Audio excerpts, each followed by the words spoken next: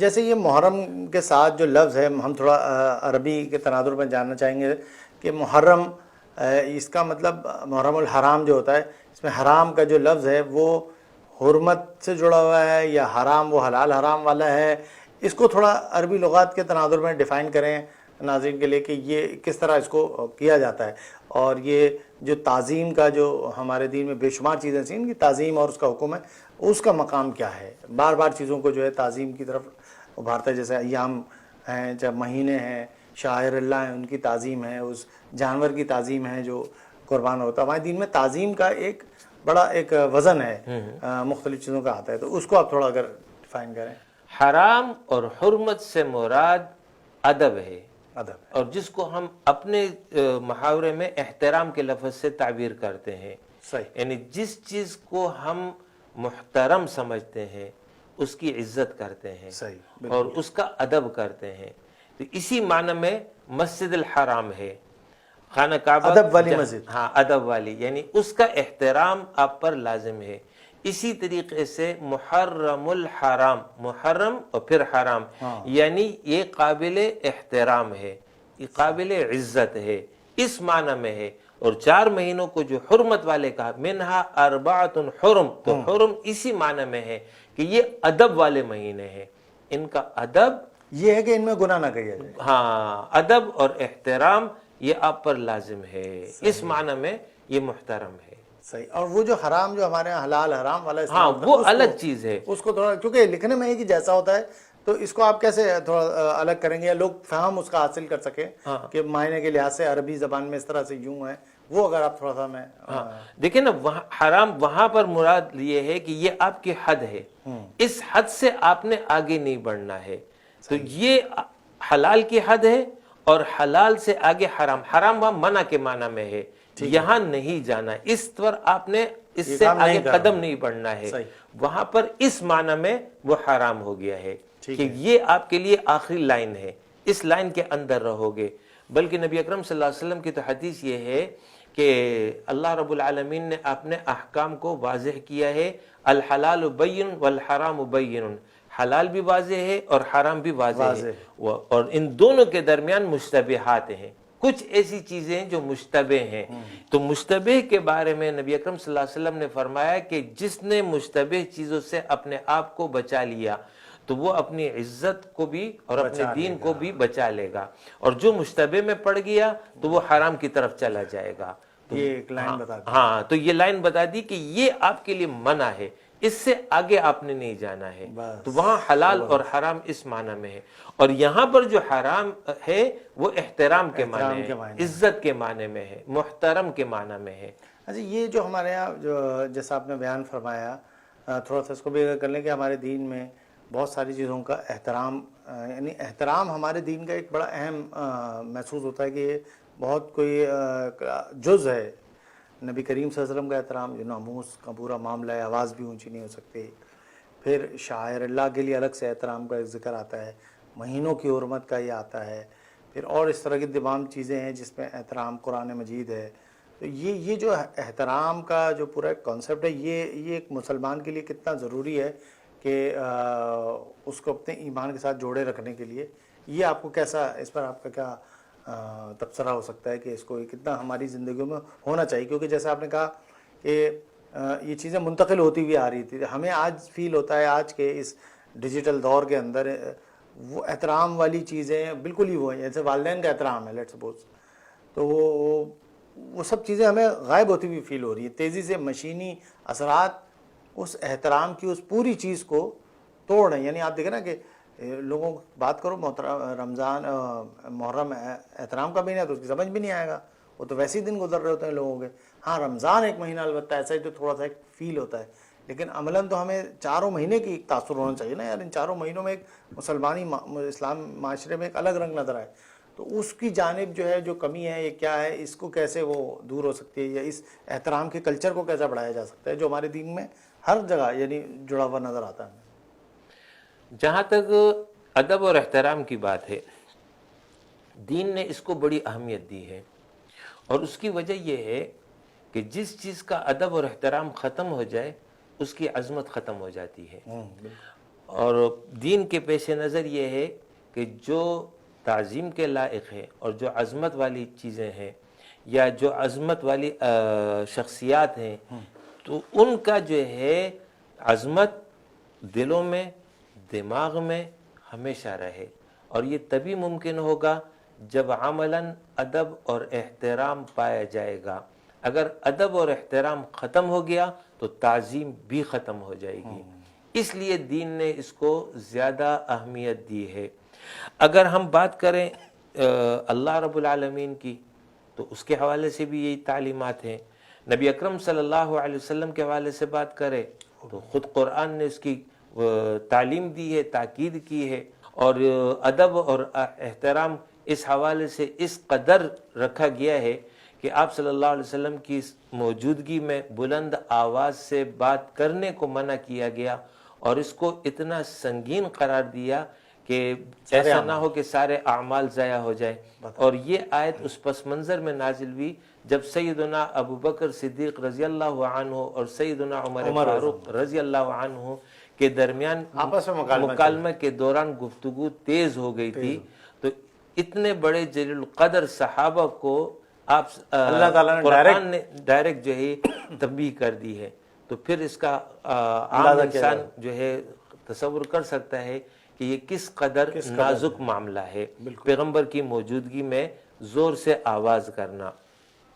لہٰذا اس کا جو ہے اہتمام کیا گیا ہے کہ پیغمبر کا ادب کرو گے، اسی طریقے سے دین سے جڑی ہوئی اور اللہ سے منسوب جتنی چیزیں ہیں ان کا بھی ادب اور احترام لازم ہے۔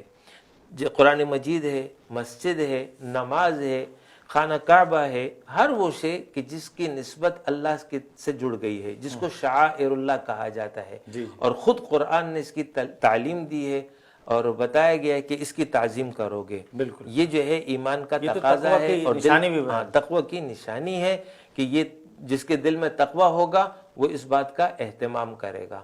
وجہ میں نے آپ کو بتا دی ہے کہ جس چیز کی عظمت ہوگی تو اس کے مطابق جو ہے آپ کا اس کے ساتھ تعلق، آپ کا رویہ اور اس کے ساتھ آپ کا برتاؤ، اٹیچمنٹ آپ کی رہے گی تو وہی آپ کو جو ہے وہ اس حساب سے ہوگی، بڑھائے گی، چاہے گی۔ تو اسی طرح جو ایام ہیں ان کے اندر بھی یہی ہے کہ اگر اللہ تعالیٰ کہہ رہا ہے کہ ان ایام میں جو ہے تمہیں کوئی گناہ نہیں کرنا، یعنی ظلم ہے وہ گناہ سے تعبیر ہے، تو یہ خود یا اگر ہم اس پورے ماڈل کو دیکھیں تو ایسا لگ رہا ہے کہ اللہ تعالیٰ بار بار اپنے بندے سے چاہ رہا ہے کہ چل چل میری طرف آ جا، سال میں تجھے میں 4 مہینے دے رہا ہوں، نہیں کر رمضان الگ سے دے رہا ہوں، تو بار بار اللہ متوجہ کر رہا ہے کہ تم جو ہے کسی طرح میری طرف لوٹ آؤ، پلٹ آؤ میری طرف، یعنی اس کو چانسز ہیں سارے مغفرت کے، ایک سال کے گناہ معاف ہو رہے ہیں۔ آپ یعنی آپ کوئی عام انسان بات کر رہے ہیں 1 سال کے گناہ معاف، 1 سال پیچھے کے بھی معاف۔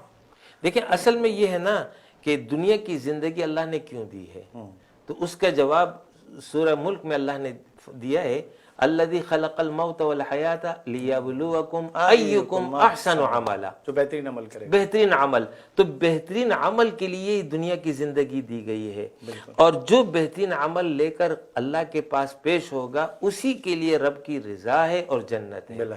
قیامت کے دن نسب کام نہیں آئے گا، فَإِذَا نُفِخَ فِي الصُّورِ فَلَا أَنْسَابَ بَيْنَهُمْ، اس دن نسب کام نہیں آئے گا۔ ٹھیک ہے، دوسری بات اللہ نے وہاں یہ فرمائی ہے کہ فَمَنْ ثَقُلَتْ مَوَازِينُهُ فَأُولَئِكَ هُمُ الْمُفْلِحُونَ، اس دن جس کا پلڑا بھاری ہو گیا وہی کامیاب ہے۔ وَمَنْ خَفَّتْ مَوَازِينُهُ، اور جس کا پلڑا اس دن ہلکا ہو گیا، فَأُولَئِكَ الَّذِينَ خَسِرُوا أَنفُسَهُمْ فِي جَهَنَّمَ خَالِدُونَ، انہوں نے اپنی جانوں کو نقصان میں ڈالا اور ہمیشہ کے لیے جہنم میں چلے جائیں گے۔ تو اس آیت نے یہ بات واضح کر دی کہ قیامت میں نیک اعمال، احسن عمل یہی کام آئیں گے، اس کے لیے دنیا کی زندگی دی گئی ہے۔ تو اب یہاں پر جو ہے ایک انسان آخرت کی تیاری کے لیے آیا ہے، جتنا اچھے اعمال کرے گا اتنا ہی اس کے لیے آخرت میں زندگی اچھی ہو جائے گی، لہٰذا اس غرض کے لیے کہ وہ اچھے اعمال کرے اللہ رب العالمین نے ترغیب بھی دی ہے اور مواقع بھی فراہم کیے ہیں۔ تو ان مواقع میں سے رمضان ہے، عشرہ ذی الحجہ ہے، اور یہ 4 مہینے حرمت کے ہیں کہ ان میں اگر اہتمام کیا جائے گا تو یہ زمانے کے اعتبار سے ایسے اوقات ہیں کہ جس میں انسان جو ہے اللہ رب العالمین کے قرب کو پا سکتا ہے. بلا شک. اور اسی طریقے سے بعض مقامات متعین کیے کہ ان مقامات پر پہنچ کر کے ایک انسان جو ہے اپنے عمل کو نہ صرف یہ کہ بہتر کر سکتا ہے بلکہ اس کی قدر و قیمت میں اضافہ کر سکتا ہے. جیسے کہ مسجد الحرام کے بارے میں آتا ہے کہ وہاں پر ایک نماز کا ثواب 1,00,000 نمازوں کے برابر ہے. تو نماز تو 4 رکعت ہر جگہ وہی ادا ہوتی، وہی قرات ہوتی، وہی تسبیحات ہوتی ہے، لیکن وہاں پر اس کی قدر و قیمت میں اضافہ ہو گیا ہے. عمل صالح دونوں جگہ عمل صالح ہے لیکن وہاں قدر و قیمت بڑھ گئی ہے. اسی طریقے سے منا میں جب مؤمن ہوتا ہے، مزدلفہ میں جب ہوتا ہے، عرفات میں جب ہوتا ہے، تو وہاں پر جو ہے اس عمل کی قدر اور قیمت میں اضافہ ہو جاتا ہے. دوسرا یہ ہے اللہ رب العالمین کو اپنے مؤمن بندوں سے بالخصوص اور ہر انسان سے یہ مطلوب ہے کہ وہ اس کا قرب پالے. قرب پانے کے لیے اللہ رب العالمین نے 2 طریقے بتائے ہیں. پہلا طریقہ فرض اعمال ہے اور دوسرا طریقہ مستحب اعمال ہے. نبی اکرم صلی اللہ علیہ وسلم کی ایک حدیث ہے جو حدیث قدسی ہے کہ جس میں اللہ نے فرمایا ہے. حدیث طویل ہے لیکن جو مطلوبہ نکات ہے آج کے درس کے حوالے سے یا آج کے اس گفتگو کے حوالے سے میں اس کو آپ کے سامنے بیان کر رہا ہوں کہ اس میں اللہ فرما رہا ہے کہ میرا بندہ میرے قریب سب سے زیادہ فرائض کے ذریعے ہوتا ہے. جب فرض ادا کر لیتا ہے تو بندہ میرے قریب ہو جاتا ہے. تو فرض نماز ہو گئی، اسی طریقے سے فرض روزے ہو گئے، فرض زکوٰۃ ہو گئی، فرض حج ہو گیا. ان کے ذریعے ایک بندہ مومن اپنے رب کے قریب ہو جاتا ہے. پھر اس کے بعد اس حدیث میں اللہ نے فرمایا ہے کہ بندہ اس کے بعد نوافل کا اور مستحبات کا اہتمام کرتا ہے تو میرے مزید قریب ہو جاتا ہے. کتنا قریب ہو جاتا ہے؟ یہاں تک کہ میں اس کو اپنا محبوب بنا لیتا ہوں. یعنی اللہ اس سے محبت کرنے لگتا ہے. پہلا مرحلہ کیا تھا؟ قرب الہی. دوسرا مرحلہ کیا ہے؟ محبوب الہی. یعنی یہ اللہ کا محبوب بن گیا ہے. اور کس قدر محبوب بن گیا ہے اس میں اللہ فرما رہا ہے میں اس کے ہاتھ بن جاتا ہوں جس کے ذریعے وہ پکڑتا ہے، اس کے پیر بن جاتا ہوں جس کے ذریعے وہ چلتا ہے، اس کی آنکھ بن جاتا ہوں جس کے ذریعے وہ دیکھتا ہے، اس کے کان بن جاتا ہوں جس کے ذریعے وہ سنتا ہے.